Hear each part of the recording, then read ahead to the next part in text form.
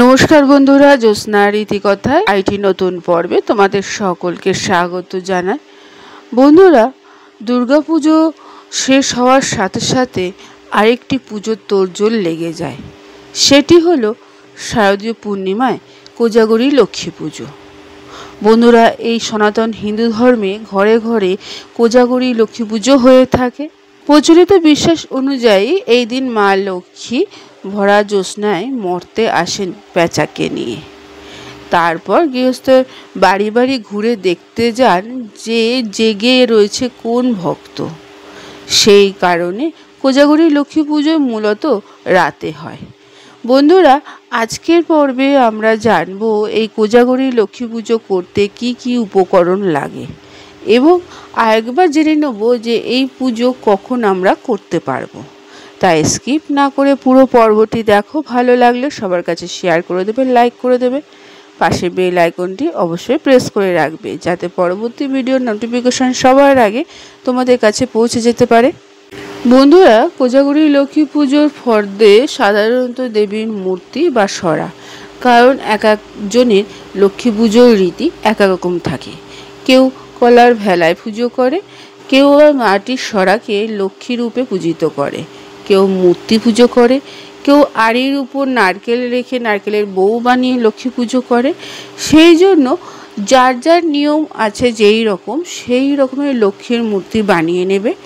তারপর ধানের শীষ, নারকেল, চাল, লক্ষ্মীর শাড়ি, নারায়ণের ধুতি, শাখা, কড়ি, সিঁদুর, চন্দন, লাল ও হলুদ ফুল যেমন পদ্ম, গোলাপ, গাঁদা এইরকম ফুল নিতে পারো, বেলপাতা, ঘি, ধূপ, প্রদীপ এবং নৈবেদ্য হিসাবে নারকেল এবং ক্ষীরের নাড়ু। এছাড়া দেবীর পায়ের ছাপ দেওয়ার জন্য আলপনা দেওয়া অপরিহার্য, অর্থাৎ লক্ষ্মী পুজোর মেন আকর্ষণীয় জিনিস হলো আলপনা। দেবী লক্ষ্মী আলপনাতে খুশি হন। যে যেরকম পারবে সুন্দর করে আলপনা দিয়ে ঘরকে সাজিয়ে তুলবে। এছাড়া পুজোর মূল সামগ্রীর মধ্যে থাকছে লক্ষ্মীর মূর্তি, ধানের শীষ। এটি ছাড়া লক্ষ্মীর পুজো হবে না। এটি গুরুত্বপূর্ণ অংশ হলো ধানের শীষ। এছাড়া নারকেল, লক্ষ্মীর প্রিয় ফল হচ্ছে নারকেল, যাকে শ্রীফল নামে পরিচিত। শঙ্খ, কড়ি, লোহা এগুলি পুজোর অপরিহার্য সামগ্রী। দেবীর জন্য সিঁদুর ও চন্দনও প্রয়োজন। এছাড়া লাল, হলুদ, গোলাপি রঙের ফুল, পদ্ম, গোলাপ, গাঁদা ইত্যাদি নিবেদন করতে পারো। নৈবেদ্যতে নারকেলের নাড়ু, নারকেলের ক্ষীর বা দুধের ক্ষীরের নাড়ু অর্পণ করতে পারো। বন্ধুরা, কোজাগরী পূর্ণিমায় মা লক্ষ্মীর মূর্তিটি ভালো করে খেয়াল করে দেখবে যে এক হাতে রয়েছে ধানের শীষ এবং অন্য হাতে চাঁদমালা। ফলে ধানের শীষের পাশাপাশি চাঁদমালাও অবশ্যই লাগবে এই পুজোতে। মা লক্ষ্মীর পুজোয় ধান ছাড়া কয়েন, পান, কড়ি, হলুদ, ঘট, আতপ চাল, দই, মধু, ঘি, চিনি এগুলো রাখতে হবে। প্রায় সবকটি উপাদানের সমৃদ্ধির প্রতীক হিসাবে ব্যবহৃত হয়।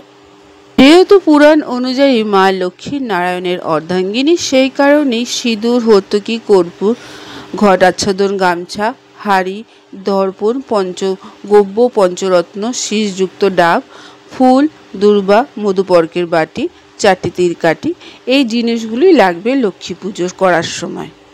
এছাড়াও মা লক্ষ্মীর শাড়ি, নারায়ণের ধুতি, লোহা, শঙ্খ, হোমের যদি হোম করা হয় তার জন্য হোমের কাঠ, বালি, 28টি বেলপাতা এবং ঘি প্রয়োজন।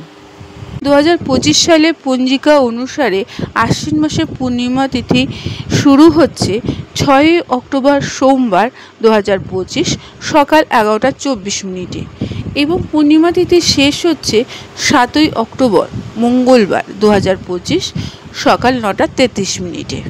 বন্ধুরা, সাধারণত কোজাগরী লক্ষ্মী পুজোর শুভক্ষণ পূর্ণিমা তিথির রাতে হয়ে থাকে। এই দিনে সন্ধ্যা থেকে মধ্যরাত্রির পর্যন্ত দেবীর আরাধনা করা খুবই শুভ। 6 অক্টোবর সন্ধ্যে তিথি শুরু হওয়ায় এই দিন রাতে পুজোর মূল সময় থাকছে। 6 অক্টোবর সন্ধ্যে 6:45 থেকে রাত 11টা পর্যন্ত শুভ সময় থাকছে। তবে যেহেতু পূর্ণিমা তিথিটি রাতেই শুরু এবং শেষ হচ্ছে না, তাই অনেকে 7ই অক্টোবর মঙ্গলবার সকালে পুজো করতে পারো। সাধারণত যে সন্ধ্যায় পূর্ণিমা তিথি শুরু হয় সেই রাতকেই কোজাগরী পুজো বা লক্ষ্মী পুজোর রাত্রি হিসাবে গণ্য করা হয়। বন্ধুরা, আজকের পর্বটি এখানেই শেষ করলাম। এতক্ষণ আমার ভিডিওটি দেখার জন্য ও শোনার জন্য তোমাদের অসংখ্য ধন্যবাদ।